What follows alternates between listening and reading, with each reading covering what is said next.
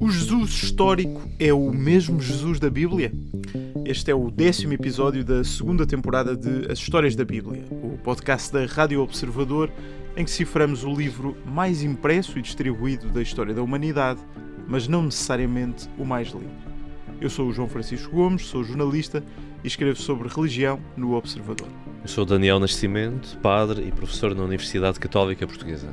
Eu sou o João Bastos, padre e colunista do Observador. Esta semana temos um episódio desafiante. Vamos falar de Jesus, o grande protagonista do Novo Testamento e uma figura que, para crentes e não crentes, mudou a história da humanidade. De tal forma que passamos a contar o tempo a partir do seu nascimento. Jesus apareceu na história há cerca de 2000 anos, num território que, ao longo dos séculos, tinha sido dominado por múltiplos impérios, os babilónios, os persas, os gregos, e que, na altura em que Jesus nasceu, estava ocupado pelo Império Romano, que ditava as leis civis, enquanto as duras leis religiosas eram ditadas pela hierarquia judaica.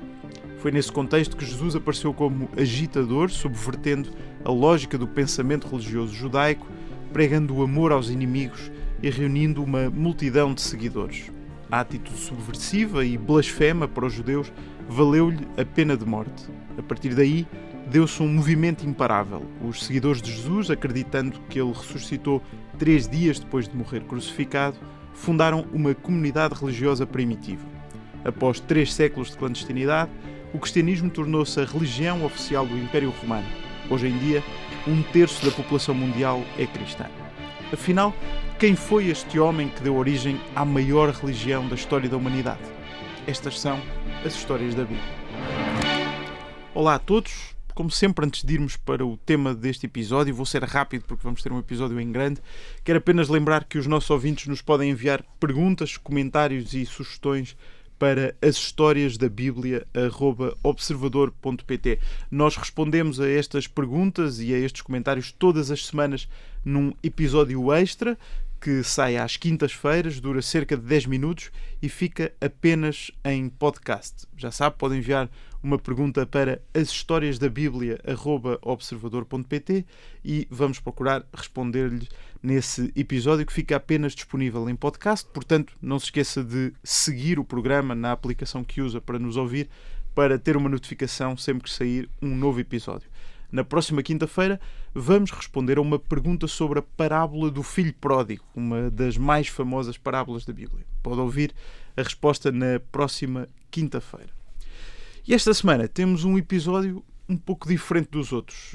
Vamos falar de Jesus Cristo, mas na verdade já tivemos vários episódios em que andámos à volta desta personagem. Por exemplo, na primeira temporada tivemos um episódio sobre os 4 evangelhos, outro sobre as parábolas de Jesus, outro especificamente sobre a ressurreição de Jesus. Nesta segunda temporada já falámos bastante de Jesus no episódio sobre João Batista e também no último episódio sobre Maria e José. A proposta neste episódio é tentarmos ir por outro caminho. Vamos em busca daquilo que podemos dizer sobre o Jesus histórico. Isto porque, mesmo entre os não crentes, parece não haver grandes dúvidas que há 2000 anos, naquela região do Médio Oriente, viveu um homem importante chamado Jesus. Disto não há dúvidas, mesmo que haja dúvidas, como falámos no último episódio, sobre a dimensão transcendental ou misteriosa do seu nascimento e também da sua morte. Neste episódio vamos tentar perceber o que sabemos sobre o Jesus histórico, o que conseguimos reconstituir sobre a vida dele, sobre a mensagem subversiva que pregou num contexto religioso e político bastante complexo, como reuniu seguidores e como fez inimigos, como acabou condenado à morte e como nos séculos seguintes, já num contexto religioso e eclesial até, os cristãos reconstruíram a vida deste homem. João, vou começar por ti. Queres tentar começar por sintetizar o que sabemos sobre quem foi esta pessoa, este Jesus de Nazaré, que não há grandes dúvidas que existiu mesmo? Partindo daquilo que foi o episódio anterior, sabemos onde é que ele viveu, nasceu, já é muito dúbio. Aliás, na primeira temporada dissemos que ele, com quase toda a certeza, não terá nascido em Belém. Terá sido possivelmente trilingue, portanto o aramaico será a sua língua mãe, teria um conhecimento também de hebraico e de grego. Agora, se calhar interessante é reformular a tua pergunta e fazer outra, que é: como é que nós sabemos o que sabemos? Porque nós podemos dizer que realmente, assim, no senso comum, que existem escassez de factos e de vestígios sobre Jesus, o que é verdade, ou seja, o que é verdade não, o que é mentira, peço desculpa, o que é mentira. O que há é muita profusão e nós precisamos às vezes de descobrir qual destes factos e quais destes vestígios são mais ou menos fiáveis. Mas vou dar aqui um exemplo. Por exemplo, o manuscrito mais antigo do Novo Testamento, o famoso P52, que é eu creio que do Evangelho de São João, data de cerca de 125 depois de Cristo, ou seja, está separado do original possivelmente 3 décadas, mais ou menos, o intervalo, que é mais ou menos sem paralelo na história da Antiguidade. Se nós pensarmos que o manuscrito mais completo de Homero é 9 séculos posterior a esta figura de Homero, e se nós pensarmos que a Poética de Aristóteles, o manuscrito mais antigo que temos, é 14 séculos posterior à redação da Poética por Aristóteles, nós podemos concluir que sabemos muito mais de Jesus de Nazaré, desde o início da sua vida e ao longo da sua vida, de forma mais abundante do que sobre qualquer outra personagem da Antiguidade, à exceção possivelmente de Alexandre o Grande. Nós temos referências, mesmo que marginais, em textos romanos. Temos algumas referências também de fontes judaicas. Por exemplo, Flávio Josefo diz que Jesus, a certa altura, foi acusado de feitiçaria e de ter desviado Israel. Portanto, nós percebemos claramente que Jesus existiu. E que teve uma importância grande. Teve uma importância, alguma coisa relacionada com a religião judaica e até com uma fama de curandeiro. Temos as fontes cristãs. Mas se calhar até interessante é perceber como é que nós podemos daqui entender o que é verdade e o que é mentira. Já referimos no episódio anterior e em outros episódios um historiador americano recente chamado John Paul Meier, que dá vários critérios e eu só vou enumerar 3. Primeiro, a ideia de que existe uma atestação múltipla, ou seja, algo que é confirmado por 2 fontes independentes. Imaginemos um evangelho e uma fonte judaica. Pronto. O caso, por exemplo, da pregação do reino de Deus. Outro critério, que é o critério do embaraço. Aquilo que cria dificuldades aos próprios discípulos e aos primeiros cristãos tem alta probabilidade de ser histórico. Se está relatado, exemplo, o batismo de Jesus, que parece colocar Jesus numa posição subalterna em relação a João. Não tinham interesse em contar isso e inventar isso. Exatamente, não tinham interesse, por exemplo, de dizer que Jesus não era casado, por exemplo. Isto, na época, era um quebra-cabeças para a figura messiânica como era Jesus. E depois, o próprio critério de originalidade. O facto de Jesus ter dito coisas que são totalmente disruptivas na época, como deixai que os mortos sepultem os seus mortos, que era um atentado religioso à moral religiosa da época, é claramente a ideia de... São claramente elementos fortes de veracidade e historicidade. Último ponto, nós temos de fazer um luto da biografia. Nós não sabemos o aspecto físico de Jesus, muitas vezes os seus sentimentos, o desenvolvimento psicológico que às vezes temos quando pegamos, por exemplo, na biografia do Churchill ou de George Washington. Nós isso não possuímos e nunca vamos possuir, e é bom que comecemos a fazer um luto disso. Temos que aceitar. É melhor aceitar, porque senão vai doer mais. Daniel, o que é que os textos bíblicos, agora olhando especificamente para a Bíblia, o que é que eles nos dizem sobre o contexto histórico da época em que apareceu Jesus? Nós sabemos que a região politicamente era dominada pelos romanos, sabemos também que havia uma hierarquia judaica que ditava as normas religiosas e, portanto, sabemos mais ou menos qual foi o contexto político-religioso em que esta personagem aparece. Antes de responder, só completar aqui, ou complementar aqui o que o João dizia, que Jesus existiu, não há nenhum historiador sério duvida disso, mas não só que existiu, mas que existiu e teve um grande impacto. Ou seja, que Jesus foi alguém que marcou profundamente os seus discípulos e a sociedade onde estava, é algo indubitável. Depois, se fez o acontecimento X, Y ou Z, se pode-se remeter a Jesus, se ressuscitou-se, isso depois são outros assuntos, mas este impacto da figura de Jesus é algo claro e óbvio. Num contexto, como dizias, era romano, os romanos dominaram aquela zona a partir do 1º século antes de Cristo, mas a situação política é complexa. Uma leitura dos Evangelhos já nos permite perceber isso, também outras fontes judaicas da época. Há, de facto, uma ocupação romana, mas também há uma certa autonomia. Durante certo tempo há uma espécie de reis clientes, digamos reis, umas testas de ferro, ou seja, reis que estão mancomunados com Roma, como é o caso de Herodes, o famoso Herodes o Grande, este Herodes malvado, digamos assim, que nos aparece, enfim, em todos os filmes sobre o nascimento de Jesus, que é de facto um homem que fez ali um acordo com os romanos, que inicialmente tinha apostado no cavalo errado, no Marco António, mas depois vira-se ali para o Otávio e assegura esse poder, mas já os filhos de Herodes já não conseguem ter enfim, depois o país está dividido em regiões, na Judeia, na Galileia, por exemplo, na Judeia, o Herodes Arquelau, que era o filho, acaba de ser deposto e quando chegamos à época de Jesus, como todos sabemos, já não é um herodiano que tem ali o poder, mas um procurador romano, que todos conhecemos, que é Pôncio Pilatos. Portanto, há aqui também um misto de autoridades civis / políticas e sociais, porque vemos aqui autoridades judaicas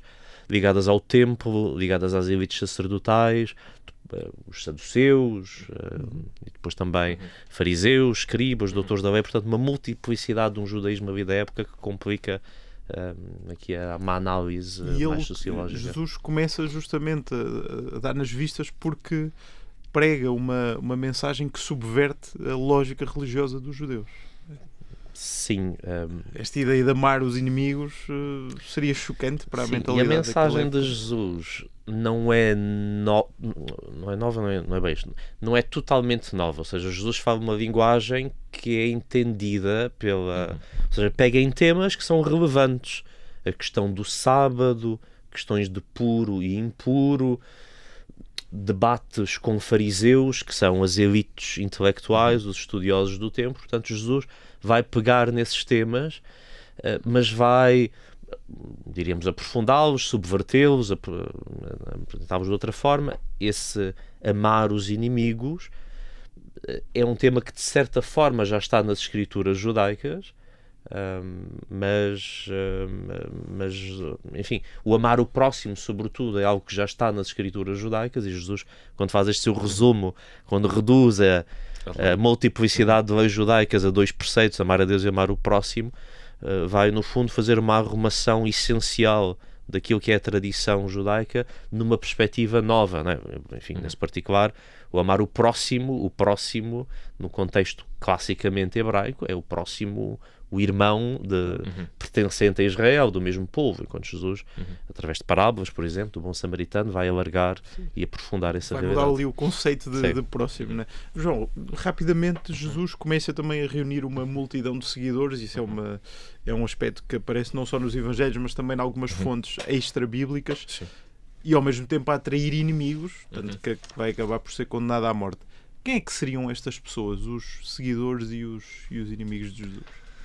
Assim, que Jesus era uma pessoa extremamente popular, isso não há dúvida, como já referiu o Daniel, e que isso, como disseste, gerou apoiantes e contestatários, é verdade. Sabemos que o grupo de apoiantes de Jesus é muito mais retalhado e plural do que propriamente aquela ideia de que haviam uns discípulos.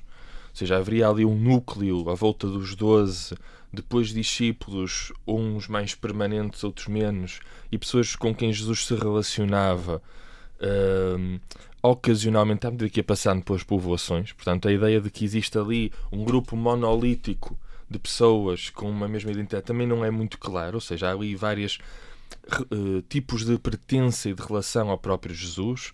Há uns que vão andando com ele, depois há umas multidões que o ouvem quando ele passa pela... Exatamente, ou multidões que o seguem de vez em quando, depois deixam de seguir, multidões no sentido de pessoas que seguem e deixam de seguir, etc. A parte dos contestatários, é preciso reafirmar aquilo que o Daniel disse. O judaísmo do tempo de Jesus é muito plural, pode-se até falar de judaísmos e não de judaísmo. E nós estamos aqui a falar das seguintes, mais ou menos, famílias. Os escribas, que eram, na verdade, os catequistas do povo, que sabiam ler e aplicar a lei à vida cotidiana, e, portanto, são os primeiros a entrar em competição com Jesus. São, assim, uma espécie, as camadas jovens do judaísmo com que Jesus começa por debater. Temos depois os fariseus, que eram os concorrentes naturais de Jesus, mas que não precisam de ser um bocadinho retirados daquele papel de demónio que às vezes nós temos. Jesus diz que se calhar nós temos uma hostilidade aos fariseus. Jesus não, alguns historiadores dizem que nós temos uma hostilidade desnecessária aos fariseus, muito embora os fariseus tivessem um ramo mais extremo, que era os zelotas, ao qual Jesus até já foi inserido recentemente, no século XXI, por um famoso livro de Jesus o Zelota, que tem um bocadinho desonesto intelectualmente. Temos os herodianos, que, como o Daniel disse, pertenciam ali à volta do séquito de Herodes, e que eram mais do que uma escola de pensamento, uma espécie de espiões políticos para denunciar qualquer rebelião contra o poder estabelecido, e os saduceus, que vão ser muito importantes no processo de Jesus, de morte, que representam de certa maneira a elite sacerdotal e a família dos sumos sacerdotes da época. Esta semana estamos a falar sobre Jesus, o grande protagonista do Novo Testamento e uma figura que mudou a história da humanidade. Daniel, uma das principais fontes, ou talvez a principal fonte que temos ainda hoje sobre a vida de Jesus, são os famosos 4 evangelhos, estes textos de Mateus, Marcos, Lucas e João que surgem na Bíblia. Embora eles sejam a principal fonte de informação, eles também parecem ter algumas fragilidades. Por exemplo, ignoram praticamente os primeiros 30 anos da vida de Jesus. Até tem algumas incoerências entre si, alguns episódios que não batem certo uns textos com os outros. Consegues ajudar-nos a perceber este género literário? Não estamos propriamente a falar de uma biografia, no sentido contemporâneo do termo. O mais fácil seria dizer que o género literário é este, ser evangelho, e isso limitava a este... Mas, claro, eu acho que são biografias... temos de ter esta consciência que também, quando falamos de biografias na Antiguidade, não estamos a falar das biografias de figuras completas, com uma pretensão de serem exaustivas. Se formos ver Plutarco, Suetónio, para falar aqui de 2 exemplos de autores que escreveram biografias, têm um tipo de preocupações também específicas. No caso dos evangelhos, tem muito a ver também da mensagem que os autores querem passar, dos destinatários, a quem querem chegar e falar da vida de Jesus. E eram, na altura, os povos daquela região, daquele tempo, e portanto os evangelhos foram escritos a pensar nessa primeira conversão, digamos assim. Sim. Muito bem, João, a certa altura nós vemos Jesus começar a ser perseguido pelos judeus, depois vai ser morto pelos romanos.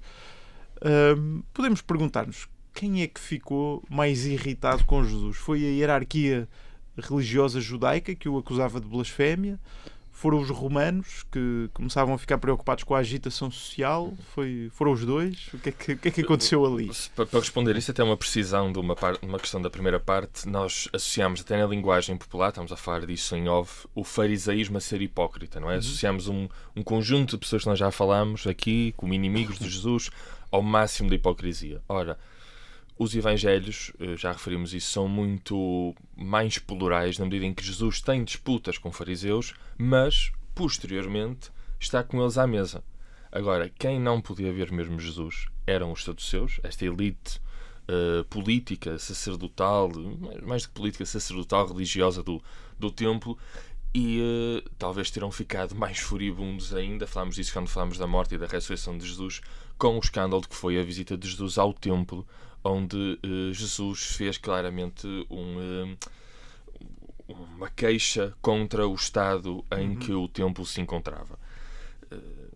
Quando expulsou os vendedores. Exatamente, quando expulsou os vendedores. E isto vai ligar a uma questão política, se nós analisarmos a questão do Caifás. O Caifás era o sumo sacerdote, mas era de sumo sacerdote há 19 anos. Nós temos que ele é de sumo sacerdote do ano 18 ao ano 37 depois de Cristo.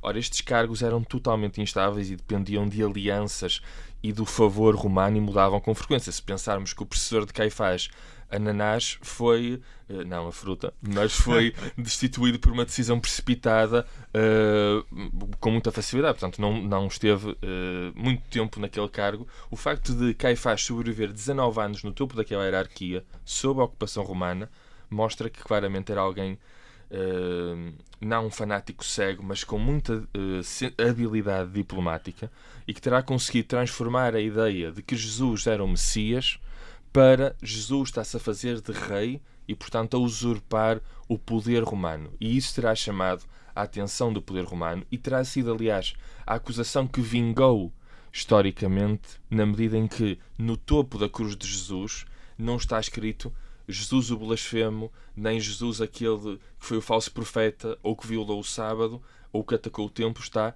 Jesus, Rei dos Judeus. E é claramente esta relação, não só religiosa, mas a relação que se cria entre o poder religioso e o poder político, que dinamita a vida de Jesus e que depois será ainda hoje recontada na história da Paixão. Sim, na Antiguidade não se pode fazer esta separação muito moderna entre o religioso e o político, e neste caso em particular. E os judeus não tinham claramente o direito, isso é claro nas narrativas do Evangelho, de dar a morte a ninguém. Portanto, Caifás teve esta claramente necessidade de traduzir uma acusação religiosa numa acusação compreensível para os cânones do direito romano. Para portanto, que os romanos pudessem aplicar a pena. Exato, porque por blasfemo não ia lá.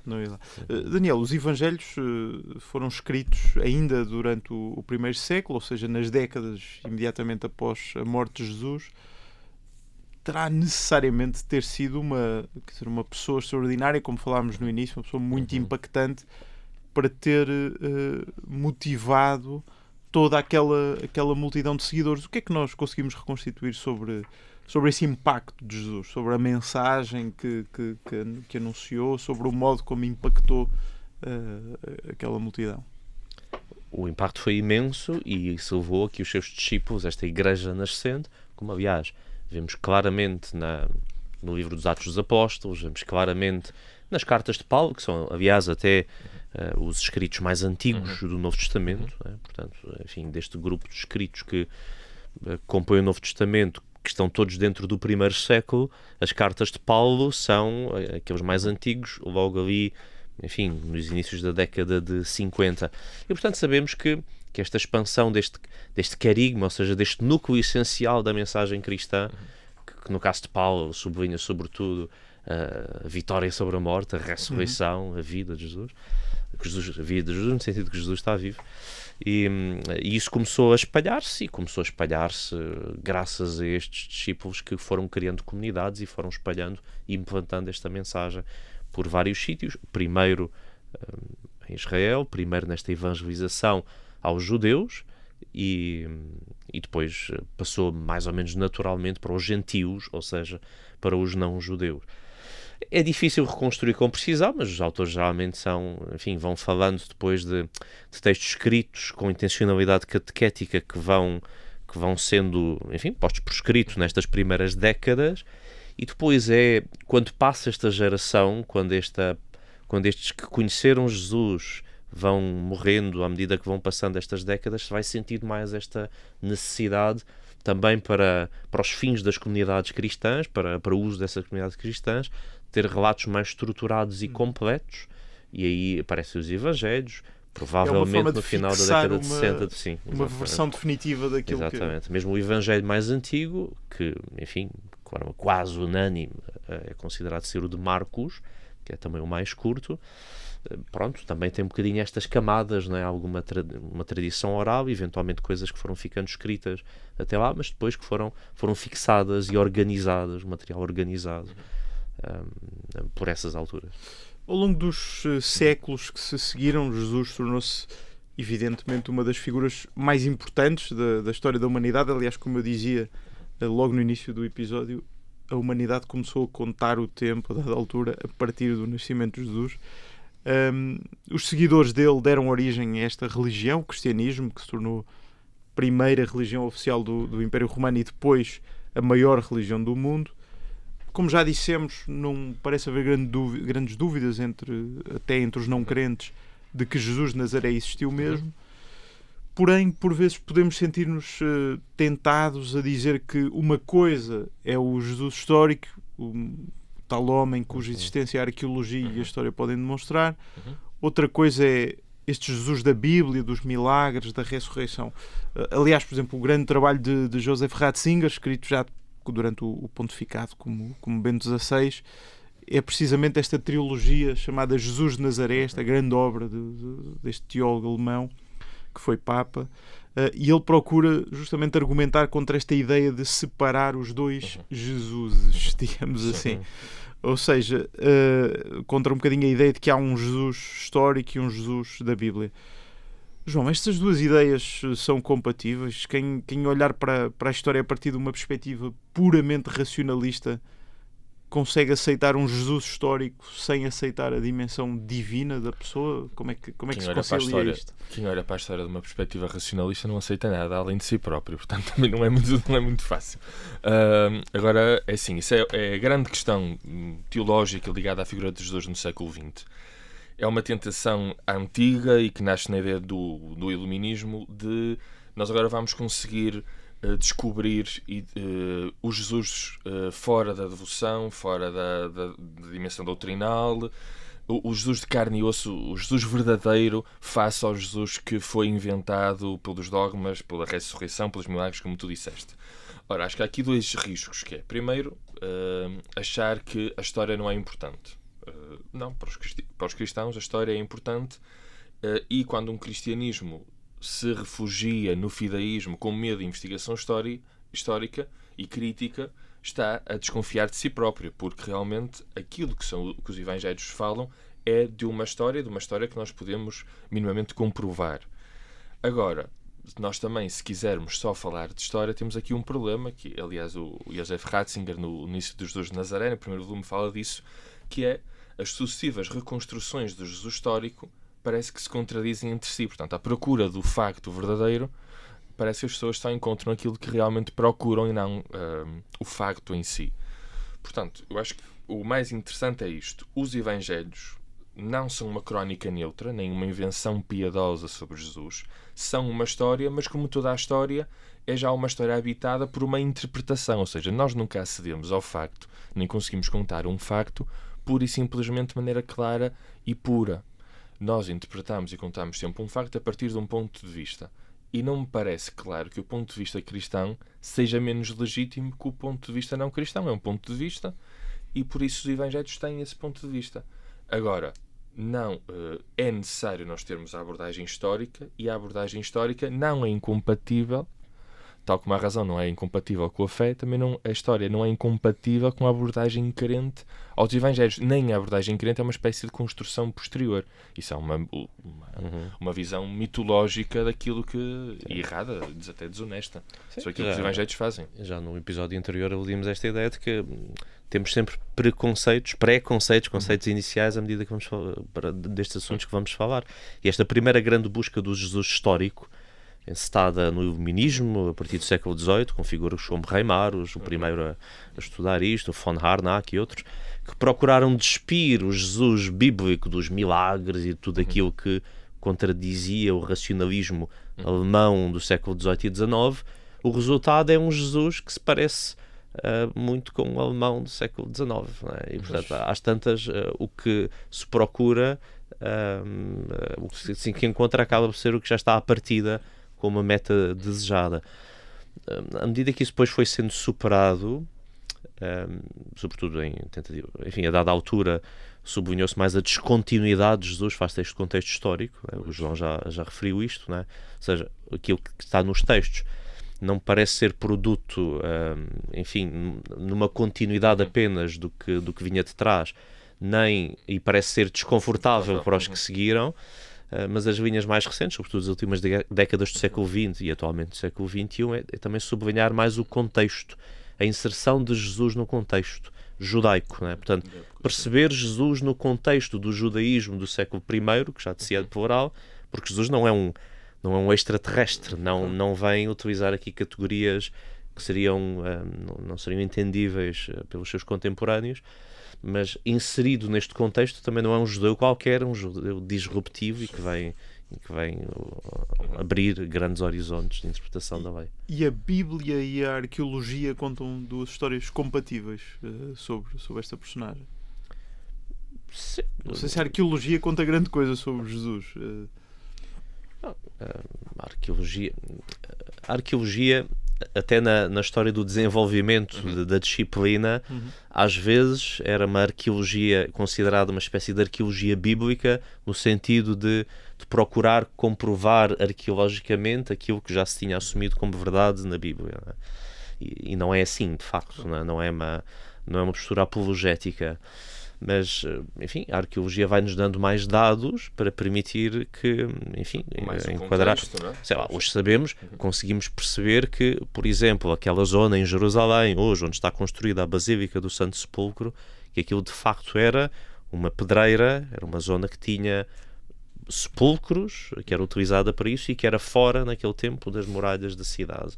Portanto, a arqueologia pode-nos dizer isso e nós podemos reconhecer que é verosímil e aquele facto do sepultamento de Jesus ali. Não nos dá uma garantia absoluta. Claro. Mas, portanto, desde que saibamos respeitar os limites das ciências, acho que são perfeitamente compatíveis. Só retomar uma pergunta que fiz na primeira parte do episódio, mas como tínhamos menos tempo, acabámos por ficar ali um bocadinho a correr. João, na primeira parte falámos dos seguidores e dos adversários de Jesus, enfim, daquelas primeiras multidões que ele começou a conquistar, mas também dos muitos contestatários. A verdade é que depois da morte de Jesus continua a haver uma pequena comunidade de seguidores, mas até, como por exemplo há o episódio dos discípulos de Emaús, que até conta uma certa desilusão com o que se passou ali, e sabemos que até que o Império Romano adotasse o cristianismo como religião oficial ainda passam cerca de 300 anos, o que significa que ali naquele período, imediatamente após a morte de Jesus, ainda há ali uma grande indefinição sobre o verdadeiro impacto que aquele homem pode ter tido.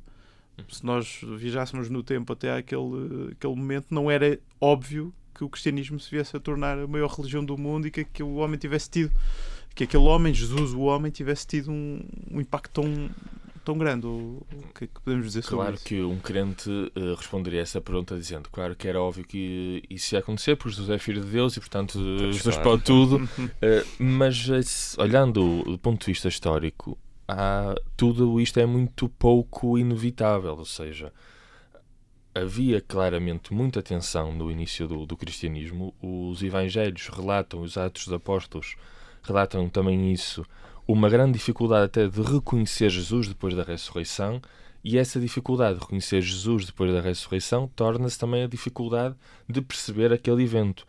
Mas, até porque temos aqui algum tempo, voltando atrás à questão do Jesus histórico e do Jesus dos Evangelhos, falando até a questão, por exemplo, dos milagres, que acho que é uma questão que as pessoas muitas vezes relacionam com Jesus. Nós temos mais ou menos 27 milagres registados ou atribuídos a Jesus, que não são, além de serem numerosos, são múltiplos e de várias categorias. E Jesus realmente era tido na época como alguém que praticava atos de cura. As pessoas mais ricas iam ao médico, depois havia quem fosse visitar santuários, como nós ainda hoje vamos, às vezes, à procura de cura, ao São Bento para tirar os cravos aos meninos, e não sei o quê, dos dedos, e não sei o quê. E depois também havia pessoas populares que praticavam exorcismos e curas, e Jesus claramente estava inserido nesse meio.